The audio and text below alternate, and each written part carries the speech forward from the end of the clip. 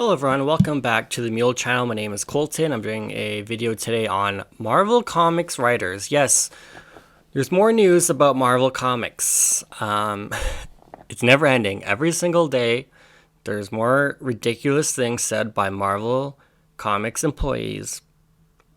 We still have today and tomorrow left of the month of March, and it's been an absolute train wreck for Marvel Comics this whole month. And it's not just the virus, it's their reaction to fans, their terrible woke trailers like the New Warriors and Children of the Atom and others. I mean, you can go on their Marvel YouTube page and you can see all their embarrassing content.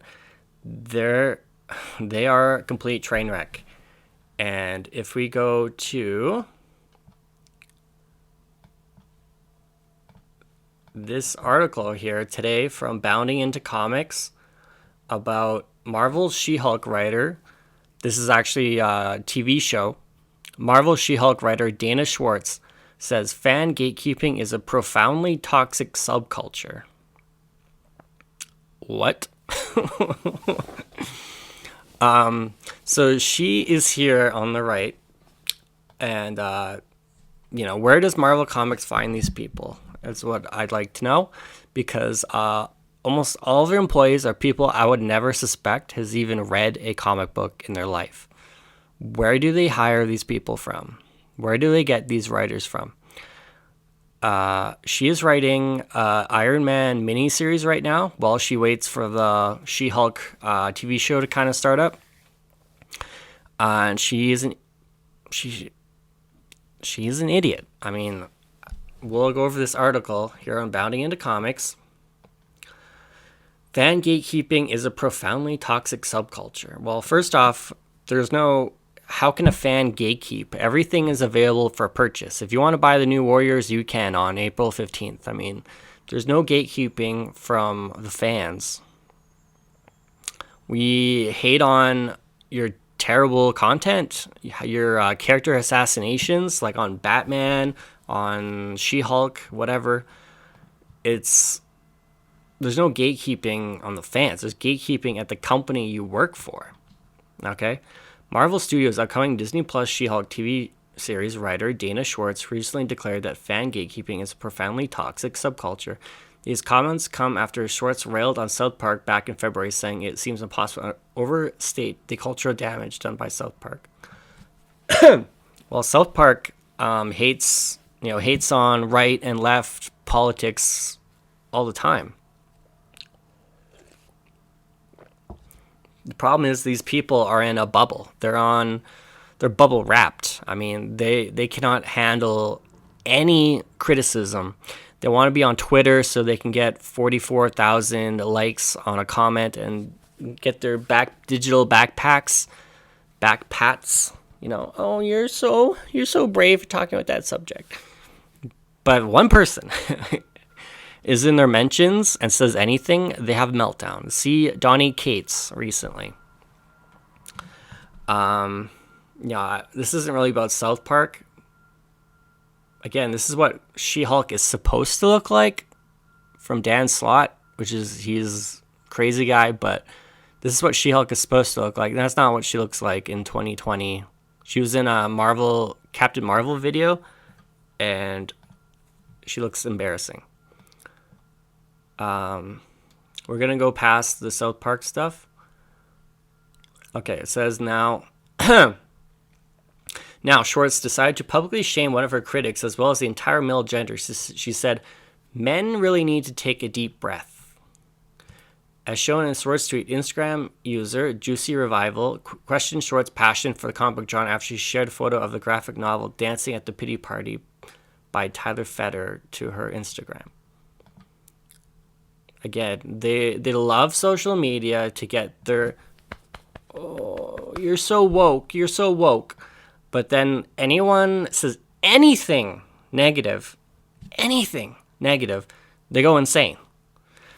Does that happen at your workplace? You work at retail and you have customers saying, this product is overpriced. Like, are you gonna go, well, you know, you're gonna yell at them? Like, I don't get it. So this person said, so where on your Instagram is there a mention that you're passionate about comics? Yeah, exactly. She isn't. She was just hired because of her Twitter feed, her opinions, her socialism. That's the only reason she was ever even hired. And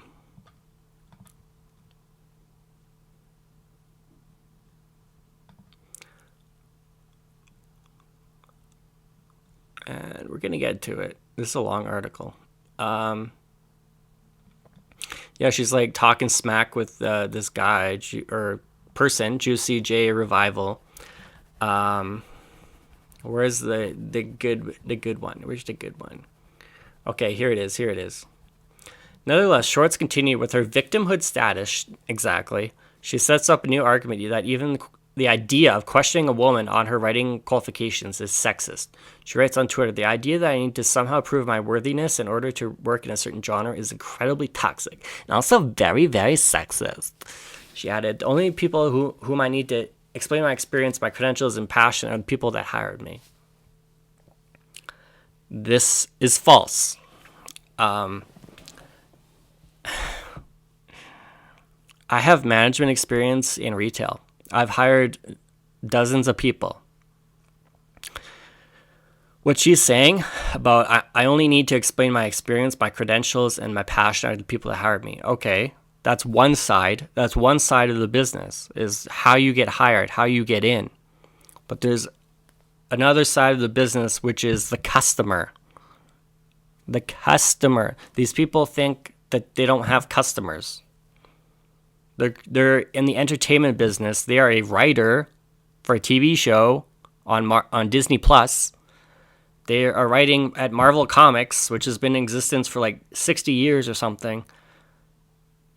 There's a customer. There's a Tony Stark Iron Man customer that you're writing for comic books that you seem to not care about at all.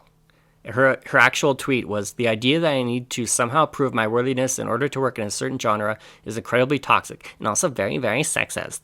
The only people to whom I need to explain my experience, my credentials, my passion are the people that hired me.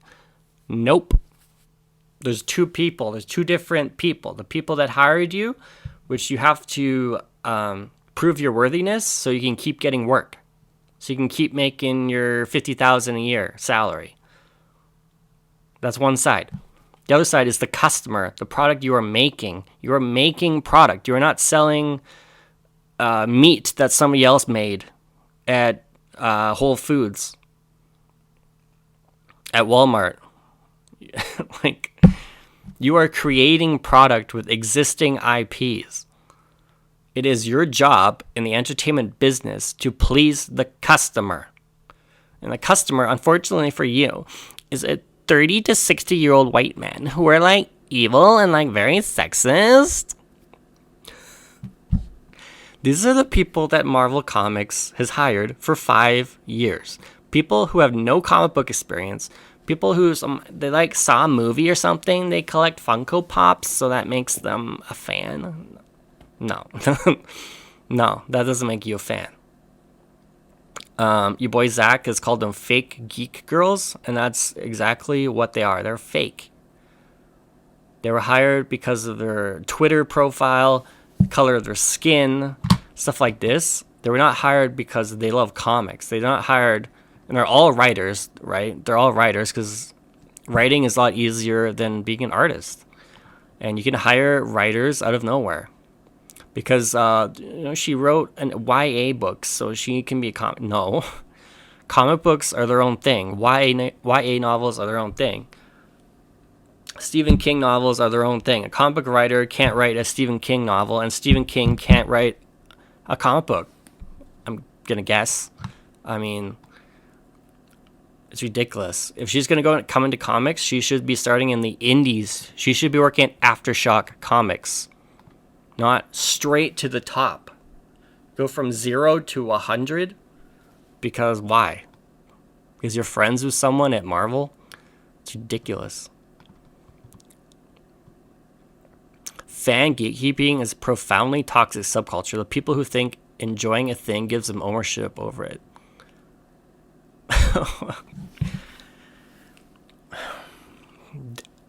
The ownership is from the people who created the characters. Ethan Van Sciver created Cyberfrog. He owns it. Whoever created Batman owns it. Whoever created Superman owns it. And whoever created Tony Stark, Iron Man owns it, which I'm guessing is Stan Lee. I'm not sure. But you are just destroying it. That's what the problem is.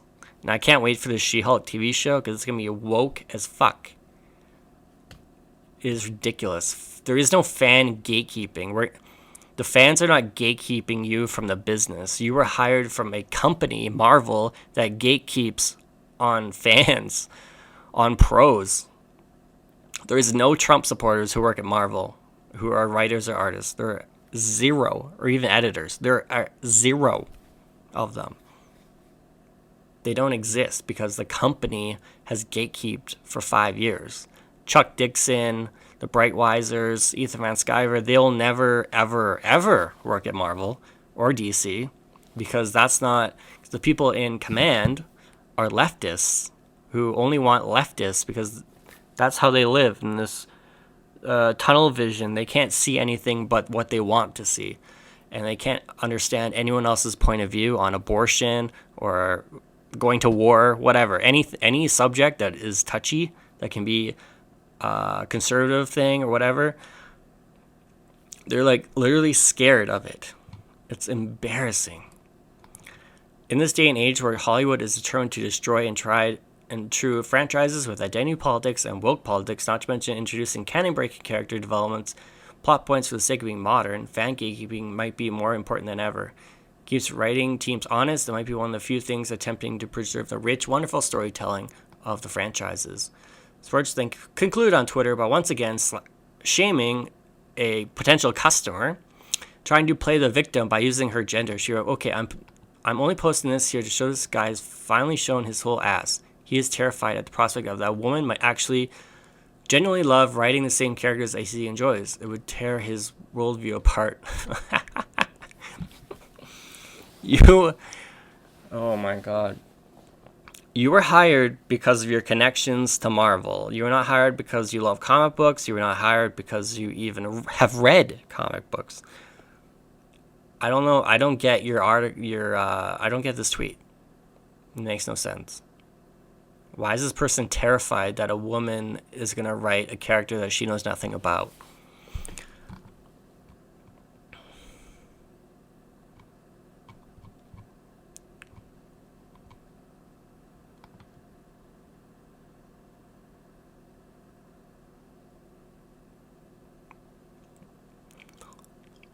Yeah. Her attempts to constantly play victim. Yeah, exactly. Wow, this story is going to blow up. I cannot wait for the She-Hulk TV show because it's going to be a train wreck. This is something else that happened on Twitter. I guess it was yesterday, March 29th. I didn't see it yesterday, but I saw it today. Erica Henderson, blue checkmark, I think works for Marvel.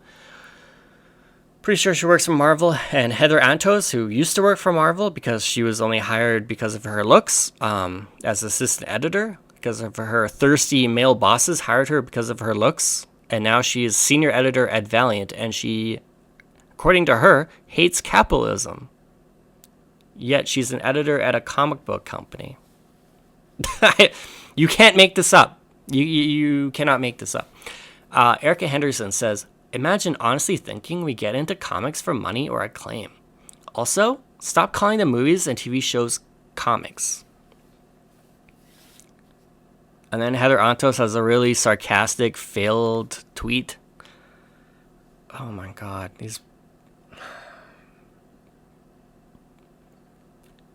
They have...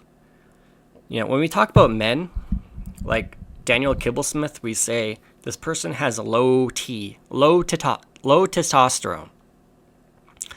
They have no confidence. They're not an alpha male. They don't stand up with their backs up. They are little weak men, and these women are little weak women. They have low estrogen. it is shocking. The lack of confidence, the lack of self-esteem that women in the comic book industry have is embarrassing. Imagine thinking we get into comics for money or acclaim. Why are you here then? If the point of working a job is not to go up and get promoted and start as part-time, then full-time, then entry-level manager, and then assistant manager, store manager, if that's not your goal, then get the hell out of here. If your goal isn't to start at indie comics and then go to Marvel, DC on I know, some very low property at Marvel, and then excel. Oh, and then I'm getting Daredevil, and then I'm getting Deadpool, then I'm getting Amazing Spider-Man. If that's not your goal, then get lost. You work in a capitalism business. You do not work at a food farm. This isn't food. This is entertainment. They have such low self-esteem. And stop calling the movies and TV shows comics. Well, here's the thing. The Deadpool movies should have elevated the character in the comic books. The X-Men movies should have elevated X-Men in the comic books. The Venom movies should have elevated Venom in the comic books. And I think it kind of did, because Donny Cates did a great job in 2018. Right when May 2018 was when that Venom series started. And October 2018 is when the movie came out. And there was a lot. The movie debuted to 80 million domestic, and which was an amazing number in October. It was shocking how great that number was. And because it was a great comic book series from Donny Cates, 2018. You can have a comic book movie should lift your profile of your characters. For the last 10 years, comic book movies have had the highest box office of any genre, yet the comic book issues sold per shops is going down and down and down and down. What does that tell you? What does that correlation tell you? That means you're not doing your job. It's so sad. These people should be working at Walmart, at Starbucks. Very low level, low T, low estrogen. You know, every day is exactly the same. Because you don't deserve to work in entertainment if you are not in it to make money. You're not in it to please the fans. Why are you here? It's ridiculous. And every day you see these new posts from Marvel employees or previous Marvel employees, and it's embarrassing. It's sad. Comics are over. Please like this video. Please subscribe to my channel for more daily content, and we'll see you on the next video. Bye-bye.